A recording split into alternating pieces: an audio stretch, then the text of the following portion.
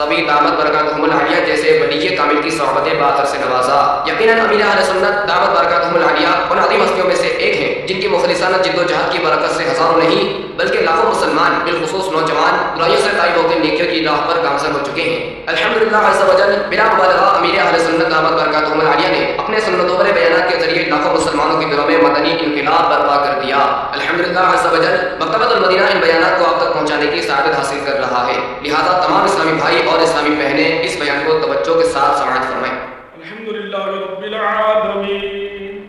والصلاة والسلام علی سید المرسلین، اما بعد فاعوذ باللہ من الشیطان الرجیم، بسم اللہ الرحمن الرحیم، الصلاة والسلام علیک یا رسول اللہ وعلى آلك وأصحابك يا حبيب الله، الصلاة والسلام عليك يا نبي الله، وعلى آلك وأصحابك يا نور الله۔ میٹھے میٹھے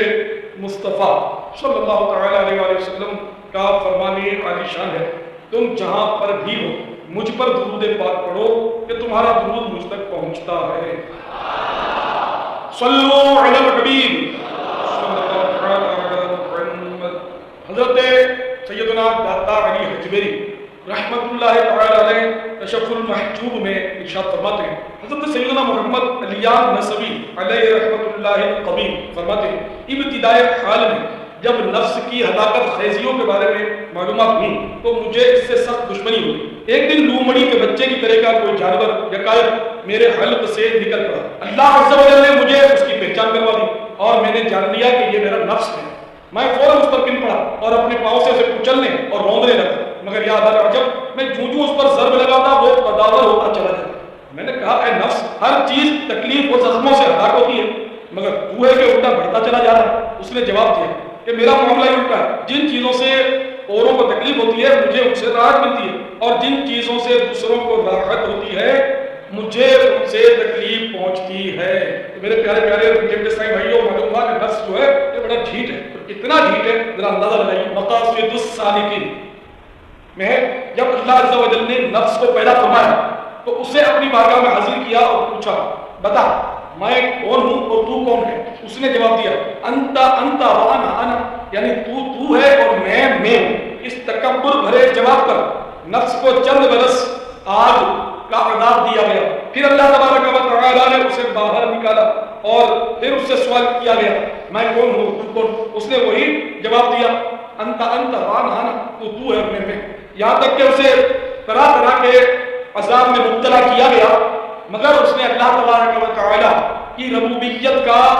اقرار نہیں کیا۔ آخر کار اسے بھوکا رکھا گیا، جب بھوک میں اس کی ایک مدت گزری تو اس کا سارا زور ٹوٹ گیا۔ اب جب اس سے وہی سوال کیا گیا کہ بتا میں کون ہوں اور تو کون، تو اب اس نے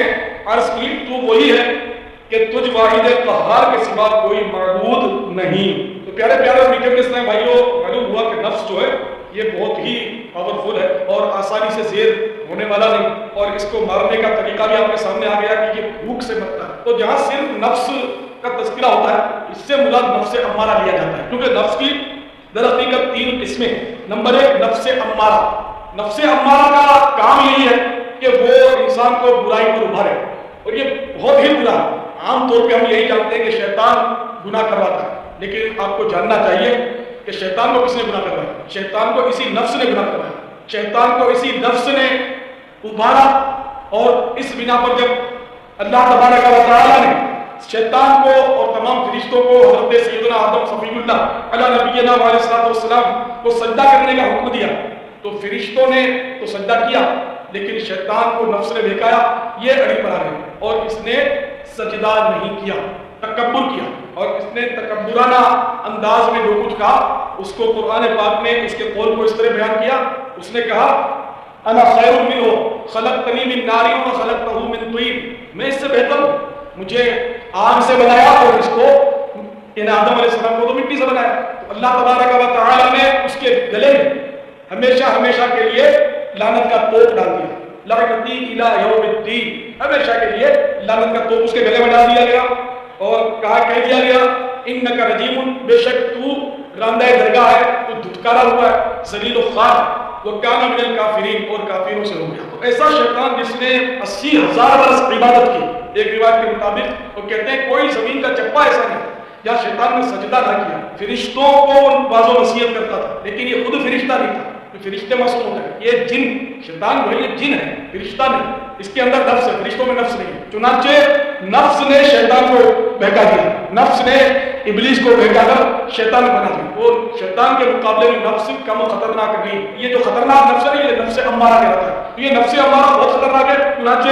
اس کا کام ہی برائیاں کروانا ہے، اچھائیاں یہ کرواتا ہی۔ چنانچہ سورہ یوسف کی آیت نمبر 53 میں ارشاد ہوتا ہے النفس لأمارة بالسوء إلا ما رحم ربي، میرے آقا نعمت امام اہل سنت عظیم البرکت عظیم المرتبہ پروان شفع رسالت مجدد دین و ملت مولانا شاہ احمد رضا خان علیہ رحمۃ الرحمان اس کا ترجمہ کچھ کرتے ہیں، بے شک نفس تو برائی کا بڑا حکم دینے والا ہے، مگر جس پر میرا رب عز و جل رحم کرے۔ تو معلوم ہوا کہ نفس امارہ برائی کا حکم دیتا ہے، اور نمبر 2 نفس لوامہ، نفس لوامہ کو دوسرے معنوں میں عرف عام میں ہم ضمیر بھی کہتے ہیں، یار میرا ضمیر ملامت کرتا ہے کہ اس کو کچھ مت بولو، یہ بیچارہ مظلوم ہے، اپنا ضمیر، میرے ضمیر نے ملامت کی تو میں نے اس کے پیچھے جلدی لوٹا دیا، اس طرح کے عام بول چال میں اس کو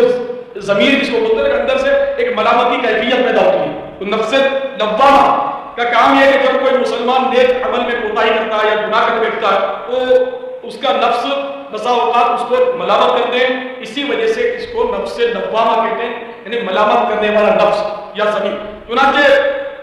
نفس لوامہ کے بارے میں سورۃ القیامہ کی دوسری آیت میں ارشاد ہوتا ہے وَلَا أُقْسِمُ بِالنَّفْسِ اللَّوَّامَةِ، ترجمہ کنزُ ایمان، اور اس جان کی قسم جو اپنے پر بہت ملامت کرے۔ اور نمبر 3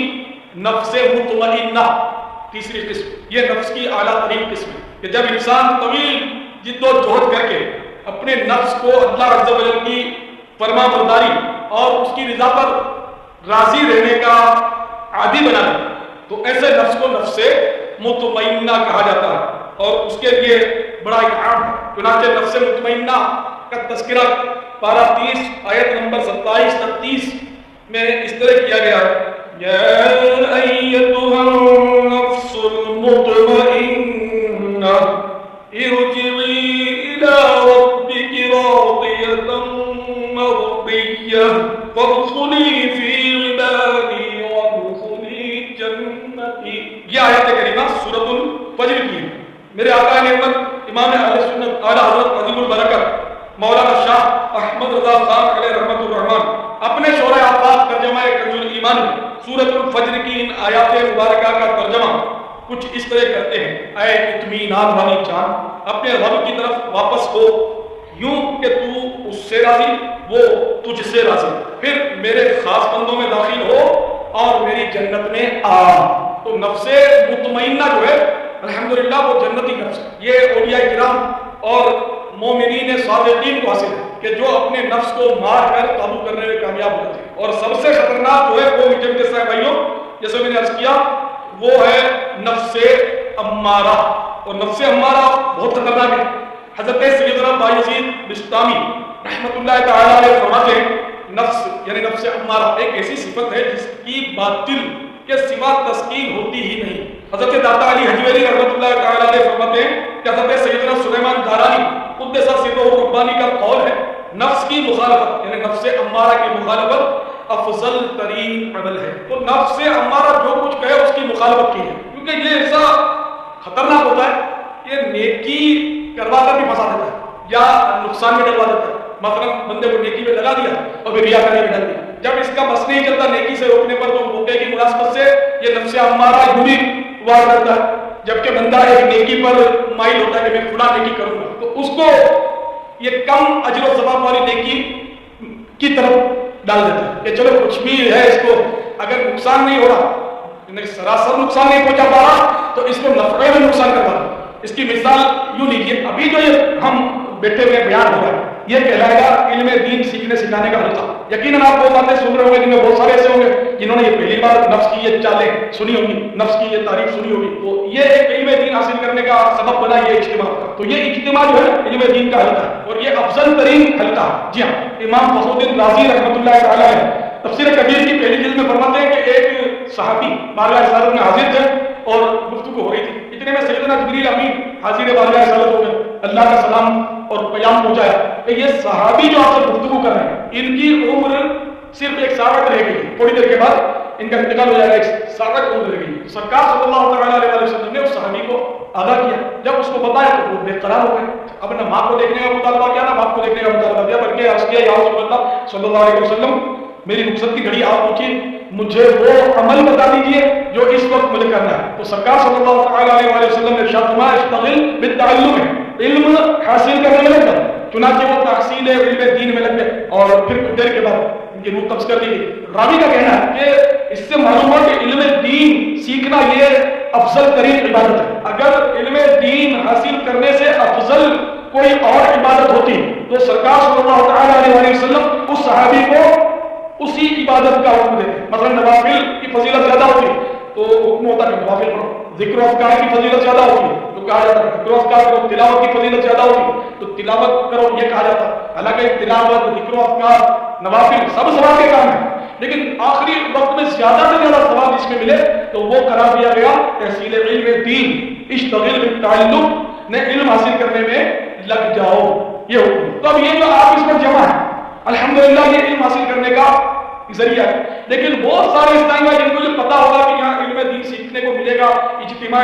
دعا ہے اور اس میں دعا سے پہلے بیان ہوگا اور ہمیں علم حاصل ہوگا پھر بھی اب نفس نے جب دیکھا ہوگا کہ اس نے جانا ہی جانا ہے 27ویں شب رمضان کے اس عظیم الشان اجتماع میں جس میں نہ جانے کتنوں کی تقدیریں بدل جاتی ہیں. ہو سکتا ہے یہ بھی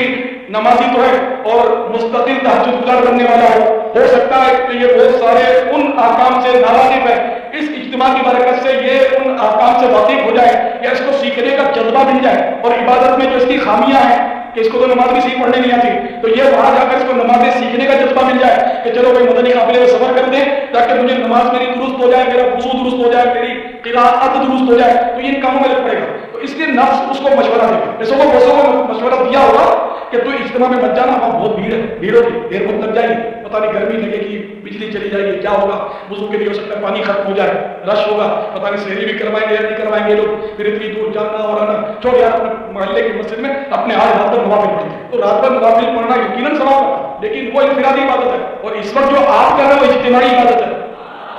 اور بزرگان دین رحمہ اللہ کا قول موجود ہے کہ جہاں 40 مومن جمع ہوتے ہیں ان میں ایک ولی ضرور ہوتا ہے. تو یہ اجتماعی دعوت ہے. نفل پڑھنے میں ثواب بے شک ملے گا جبکہ درست پڑھے لیکن علم حاصل نہیں ہوگا. یہاں علم حاصل ہوگا اس لیے نفس نے ہو سکتا ہے کہ آپ کو بھی مشورہ دیا اور آپ ہاتھ جھٹک کے اس کا آگے ہو کہ میں تو اجتماع میں چلتا ہوں کہ وہاں مجھے کچھ سیکھنے کو ملے گا اچھی صحبت ملے گی اولیاء کرام کی برکتیں ملے گی. نہ جائے میرے قریب جو بیٹھا ہوا ہے یہ ولایت کس درجے میں پہنچا ہوا اور اس کی برکت سے دین و دنیا کے میرے مسائل حل ہو رہے پتا تو نہیں چلتا وہ اپنے پاس ہے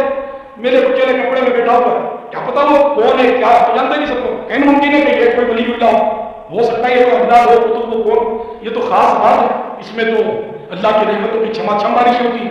تو بہرحال نفس جو ہے میرے پیچھے دستے ہیں بھائیوں یہ برائی میں ڈالنے میں ناکام ہوتا اپنے آپ کو محسوس کرتا ہے تو پھر بڑی نیکی سے روکتا ہے اور چھوٹی کم اجر والی نیکی کی طرف اس کو ڈالتا ہے. اسی طرح مثلا اعتکاف میں علم دین سیکھنے سکھانے کا کیا ہوتا ہے کہ اس وقت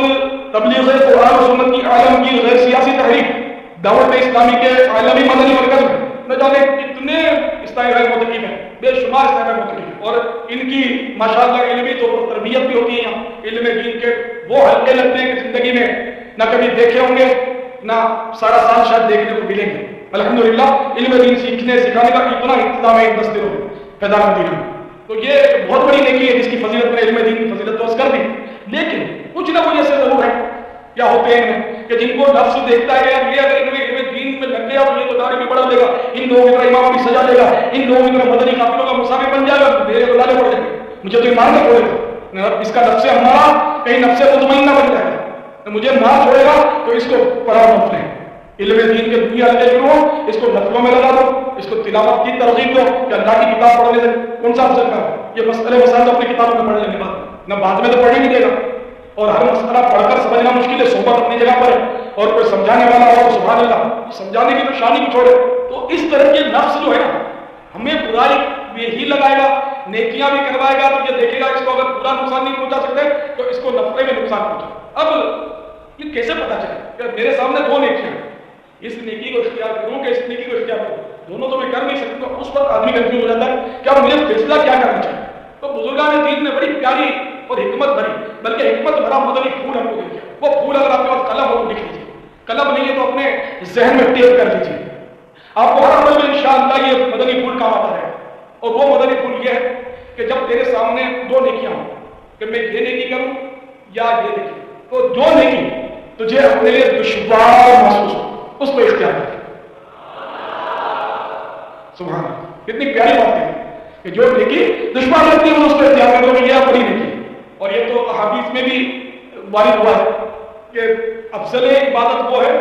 جو نفس پر گرا گزرے۔ اسی طرح ایک بزرگ کا قول بھی ہے کہ جو عمل دنیا میں دشوار ہوگا وہ قیامت کے روز میزان عمل میں اتنا ہی وزن دار ہوگا۔ تو اس لیے یہ مدنی پھول اگر ذہن میں آ جائے تو انشاءاللہ بیڑا پار ہو جائے۔ اب مثال کے طور پر میں سمجھو کہ آپ کے پاس 100 روپے اور یہ آپ چاہتے ہیں کہ رائے خدا میں خرچ کروں، آپ کے سامنے دو مصارف ہیں، ایک تو مصرف یہ ہے کہ آپ کا کوئی دوست ہے وہ بیچارہ تنگ دست ہے، آپ چاہتے ہیں کہ اس کو میں یہ دے دوں، اور دوسری طرف یہ کہ آپ کے قریب ہی مسجد ہے، اس مسجد کی پیٹی میں ڈال دوں، چندے کی پیٹی میں، یا قریب ہی مدرسۃ المدینہ ہے، جامعۃ المدینہ ہے، میں اس میں بھجوا دوں۔ اب دو صورت ہے، اب اس پہ غور کریں کہ نفس پر گراں کون سا گزرتا ہے، تو شاید آپ کے نفس پر گراں گزرے گا مدرسے کے چندے کی پیٹی میں ڈالنا، کہ آپ چندے کی پیٹی میں ڈالو گے تو کوئی دیکھے گا نہیں، آپ کا نام بھی نہیں ہوگا، کسی کو پتہ بھی نہیں چلے گا، کوئی پیٹ بھی نہیں ٹوکے گا، آپ تعریف بھی نہیں کرے گا۔ دوست کو دینے میں کم از کم نفس یہ آپ کو ضرور مشورہ دے گا کہ یار اس کو دینے سے محبت بڑھ جائے گی، دوستی پکی ہو جائے گی، اس کا دل خوش ہو جائے گا اور یہ تیرا اور وفادار بن جائے گا، چلو یار اس کو دے دیتے ہیں۔ تو یہ شیطان کی یہ نفس کا بات ہے۔ تو اب کیونکہ گراں گزر رہا ہے چندے کی پیٹی میں چپکے سے ڈالنا، تو اب چندے کی پیٹی میں چپکے سے ڈال دیجئے، یہ آپ کے بڑی نیکی ہے، اور دوست کو دینے میں یہ چھوٹی نیکی ہے۔ اور اگر نعوذ باللہ یہ نیت ہے آپ کی کہ اس کو مجھ سے محبت ہو جائے گی اور میرے کام کر دیا کرے گا، اب تو دنیا کی مفاد کے ساتھ لگے، چندے کی پیٹی میں ڈالنے میں مفاد ہی نہیں ہے، مدرسے میں بھیجنے میں مفاد یا مسجد میں پیش کرنے میں مفاد، اس صورت میں نہیں کہ چپکے سے کس نے دیا یہ نہ پتا چلے۔ آپ اپنے نام پر رسید پڑھوا کے یا اپنا اظہار کر کے دو گے کہ 4 آدمیوں کو پتا چلے کہ محمد نے چندہ دیا، تو پھر ثواب کو تلاش کرتے ہیں، پھر بڑا مشکل ہے، بلکہ ریاکاری میں پڑ گئے تو پھر اس کی تباہ کاریاں بہت خطرناک ہیں۔ تو یہ بھی ممکن ہے کہ آپ اگر کسی کو اس طرح دینا بھی چاہتے ہیں انڈائریکٹ، اگر کسی نے دیا جھوٹ بھی نہ بولے ایک مسلمان کی طرف سے، یا چپکے سے وہ پیٹی میں ڈال دے، پتہ ہی نہ چلے صندوق میں، اس کو نہ پتہ چلے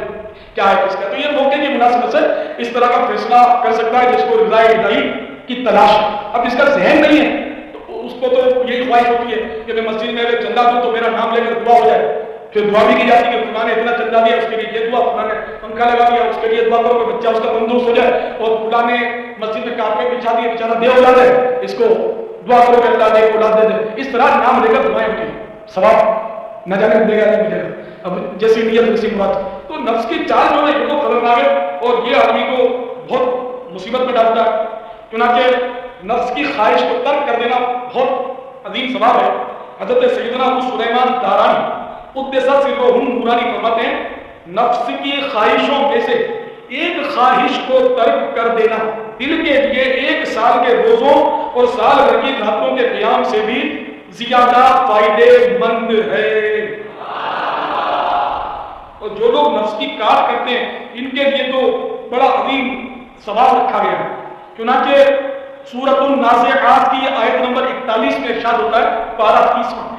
وَأَمَّا مَنْ خَافَ مَقَامَ رَبِّهِ وَنَهَى النَّفْسَ عَنِ الْهَوَىٰ فَإِنَّ الْجَنَّةَ هِيَ الْمَأْوَىٰ۔ میرا امام اہل سنت عظیم البرکت عظیم المرتبت پروانہ شمع رسالت مجدد دین و ملت مولانا شاہ احمد رضا خان علیہ رحمت الرحمان اپنے شہرۂ آباد ترجمہ قرآن کنز الایمان میں اس کا ترجمہ رجوع کرتے ہیں، اور جو اپنے رب کے حضور کھڑے ہونے سے ڈرا اور نفس کو خواہش سے روکا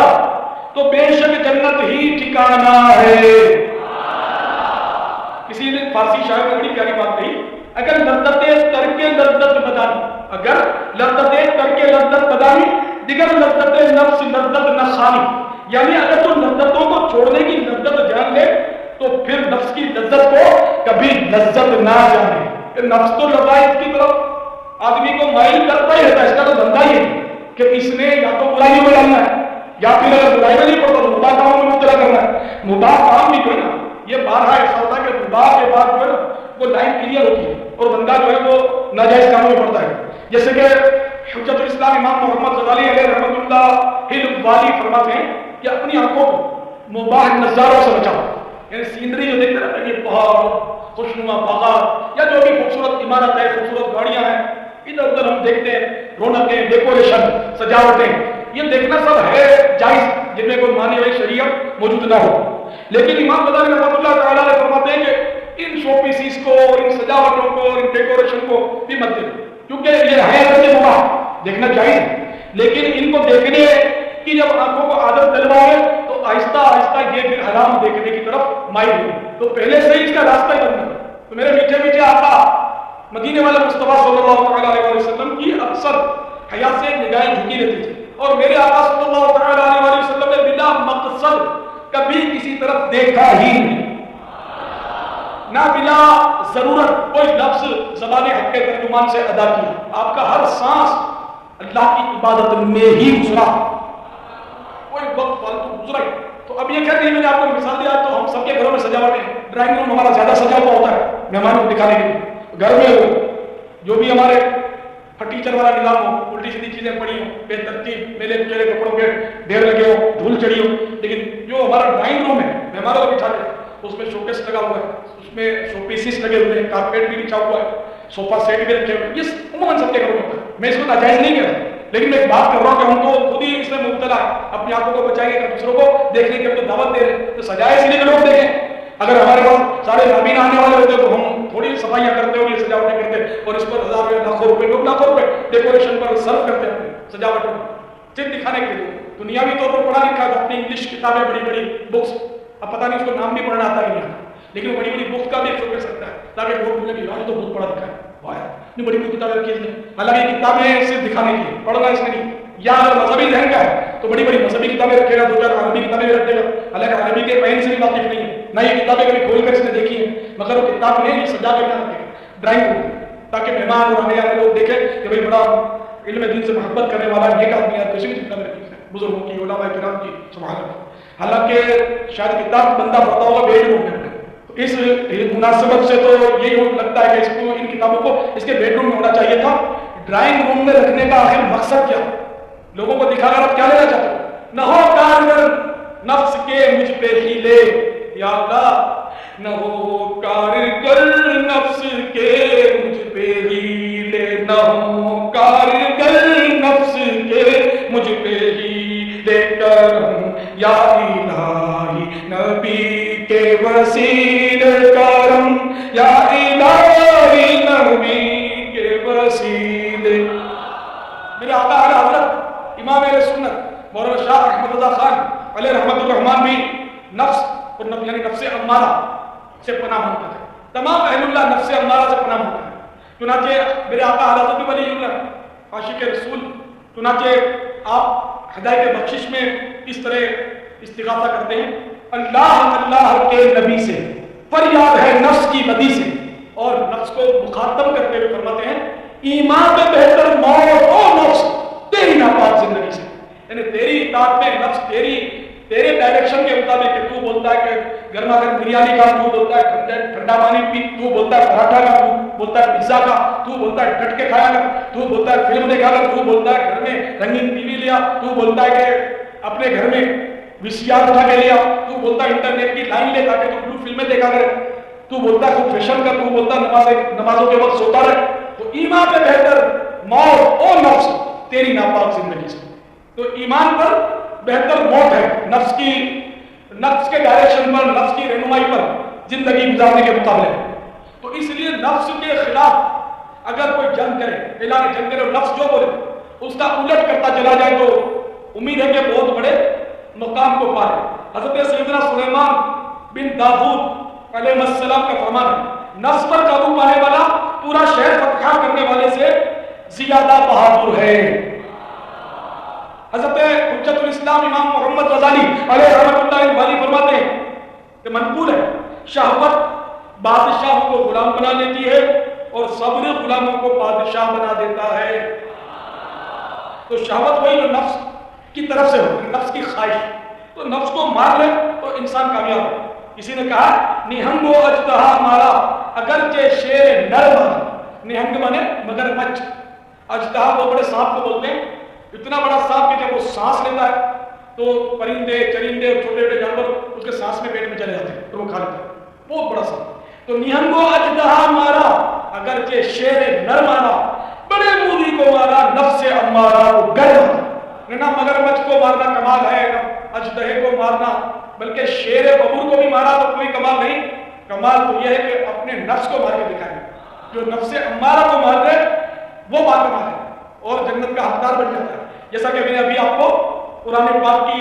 آیت کریمہ سنائی,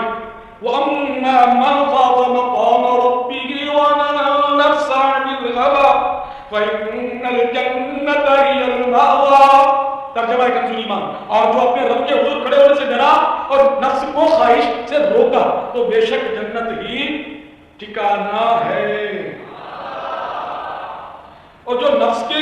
اشاروں پر چلتا ہے تو وہ نقصان میں ہے. ہوائے نفس سے روکا گیا. چنانچہ قرآن پاک میں ارشاد ہوتا ہے وَلَا تَتَّبِعِ الْهَوَىٰ فَيُضِلَّكَ عَن سَبِيلِ اللَّهِ. ترجمہ کنزُ ایمان. اور خواہش کے پیچھے نہ جانا, یعنی نفسانی خواہش کے پیچھے نہ جانا کہ تجھے اللہ عز و جل کی راہ سے بہکا دے گی. مکاشفۃ القلوب میں ہے جس پر نفس کا غلبہ ہوا وہ اس کی شہوات یعنی خواہشات کا قیدی ہوا اور اس کا دل بھلائیوں سے محروم ہو جائے گا. جس نے اپنے اعضاء کو شہوات کی خوراک دی, خواہشات پر جس نے عمل کیا, اس نے اپنے دل میں ندامت کا پیڑ لگا لیا. تو میرے پیارے پیارے نفس بڑا خطرناک ہے اور بندے کو وہ جہنم میں پہنچا سکتا ہے. چنانچہ مکاشفۃ القلوب میں سیدنا امام محمد غزالی علیہ رحمۃ اللہ علیہ بیان فرماتے ہیں حضرت سیدنا ابو الحسن رازی رحمۃ اللہ تعالی علیہ اپنے والد کو انتقال کے بعد خواب میں 2 سال کے بعد دیکھا کہ ان پر قیر یعنی ڈامر یا تارکول کا لباس. پوچھا ابا جان یہ کیا, آپ جہنمیوں کی طرح مجھے نظر آ رہے ہیں. تو اس باپ نے حسرت سے کہا بیٹا میرے نفس نے مجھے جہنم کی طرف دھکیل دیا. پیارے بیٹے نفس کے دھوکے سے ہمیشہ بچ کر رہنا. تو میرے پیچھے پیچھے اور پیارے پیارے صاحب بھائیوں, آپ نے دیکھا کہ نفس جو ہے وہ بہت خطرناک ہے اور نفس کی چال سے بچنا ہی بچنا چاہیے. چنانچہ اللہ تبارک و تعالیٰ کی بارگاہ میں عرض ہے نفس کی چال سے بچا یا رب, نفس کی چال, نفس کی چال سے, نفس کی چال, نفس کی چال سے, نفس کی چال سے بچا, اس کے جنجال سے بچا یا رب, اس کے جنجال سے بچا یا رب.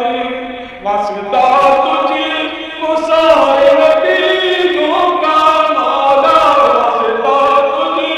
واسطہ تجھ کو, واسطہ تجھ کو سارے نبیوں کا, عدت نفس سے بچا یا رب, عدت نفس سے بچا یا رب. میرے آقا اعلیٰ حضرت امام اہل سنت عاشق ماہ رسالت مولانا شاہ احمد رضا خان علیہ رحمۃ الرحمن بارگاہ مصطفی میں عرض کرتے ہیں سرور دیجئے اپنے ناموں کی خبر, سرور دیجئے اپنے ناموں کی خبر, نہ سو شیطان سیدہ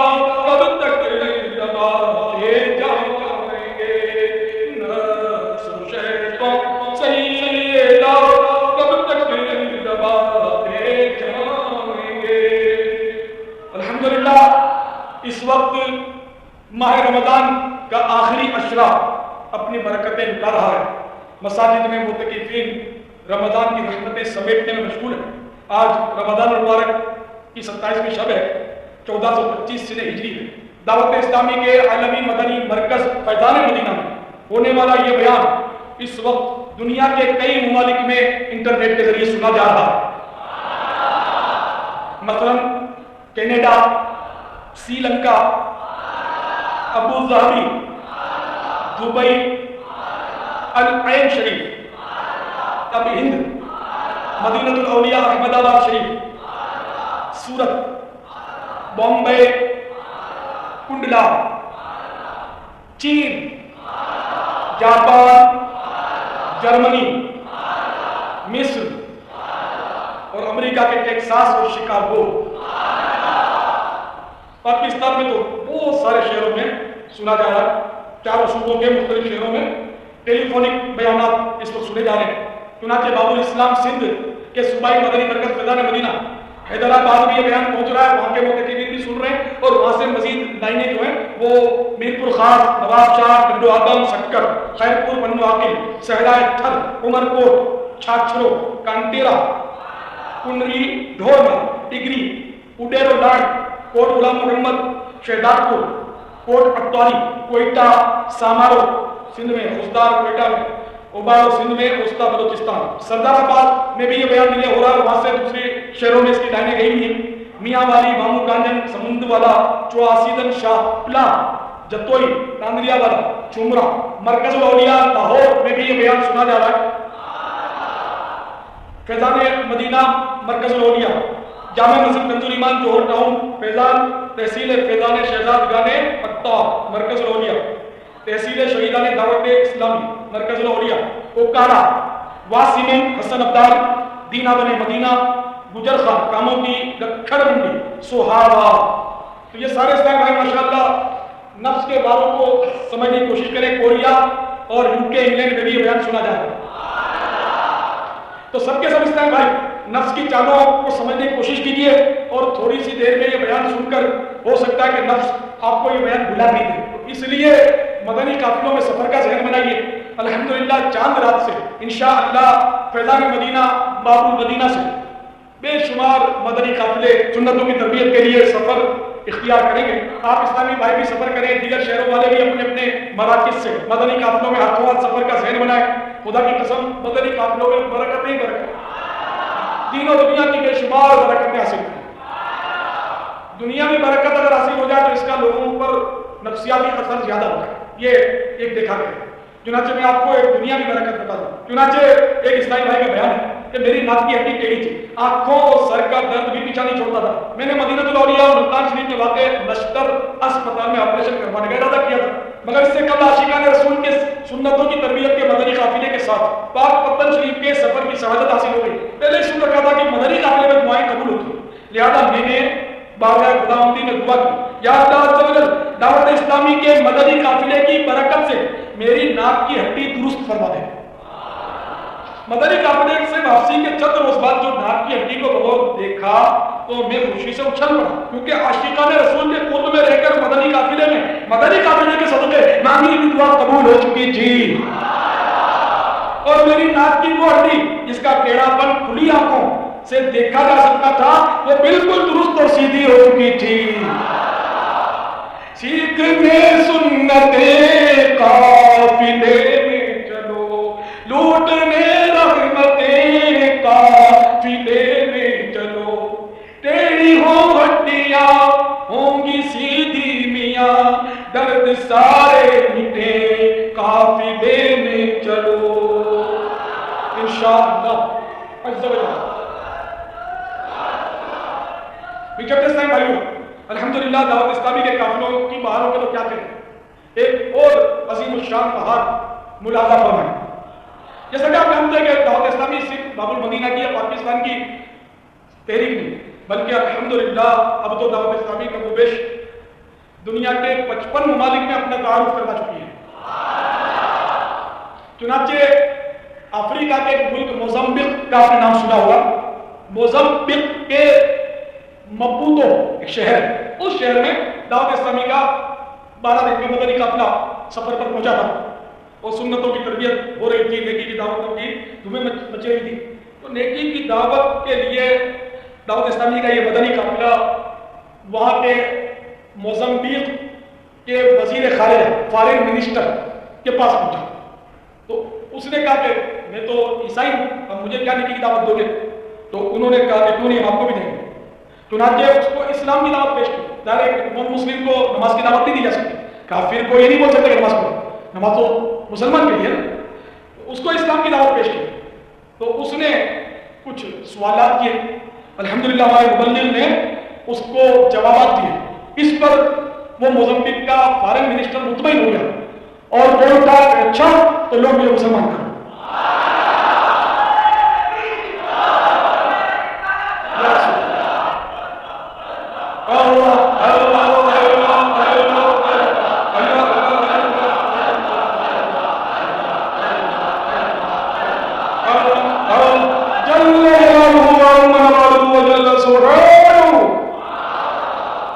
تو الحمدللہ فارن منسٹر مسلمان ہو گیا اور وہاں کے اخباروں میں اس خبر کی دھوم مچا دی گئی.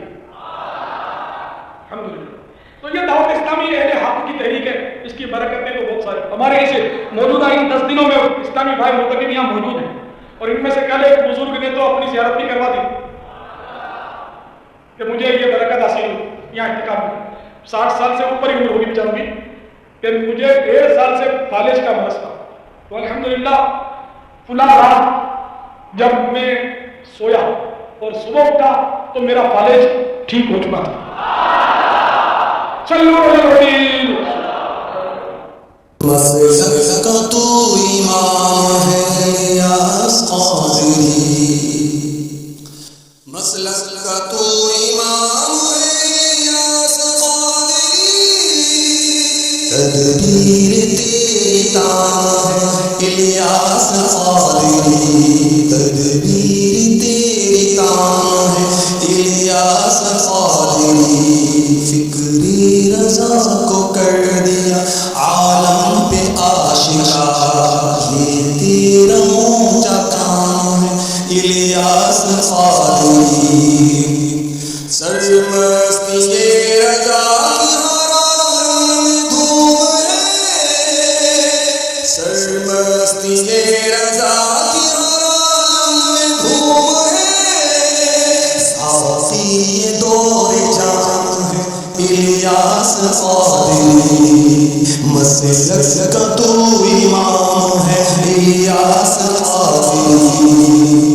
فیضان سنت نبی پھیلاتا ہے تیری تحریک کو دوا ہے الیاس قادری، سنت کی خوشبوؤں سے سمانا اٹھا، سنت کی خوشبوؤں سے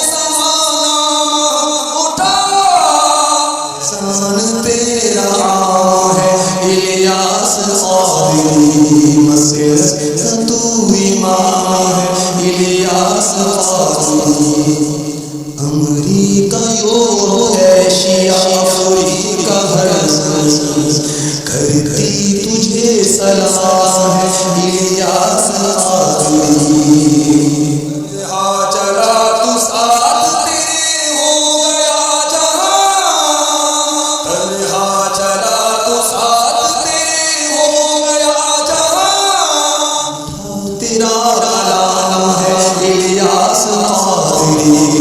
میٹھا تیرا کلام ہے الیاس قادری. پوچھ ہاں اے بے خبر ہونے کو ہے، کب تلک غفلت سحر ہونے کو ہے، باندھ لے تو شاہ سفر ہونے کو ہے، ختم فرد بشر ہونے کو ہے، ایک دن مرنا ہے آخر موت کر لے جو کرنا ہے آخر